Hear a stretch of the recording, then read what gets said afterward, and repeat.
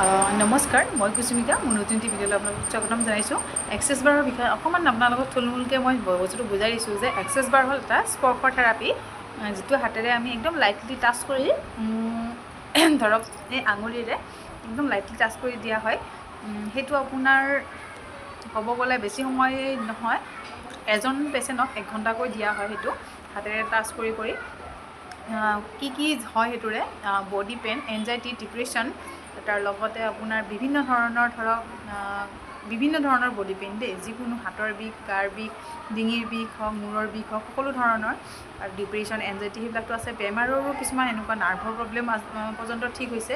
যদি আপোনালোকে এনেকুৱা লৈ নিজৰ প্ৰব্লেম আৰু লগতে মানি ব্লকেজ কিছুমান দূৰ হয়, যদি ল'ব বিচাৰে মোক যোগাযোগ কৰিব। মই ছেশ্যনো দি আছোঁ আৰু যিটো ক্লাছ হ'ল আপোনাৰ এদিনীয়া প্ৰচেছ চলে আৰু ছেশ্যনটো হ'ল আপোনাৰ 1 ঘণ্টা। যদি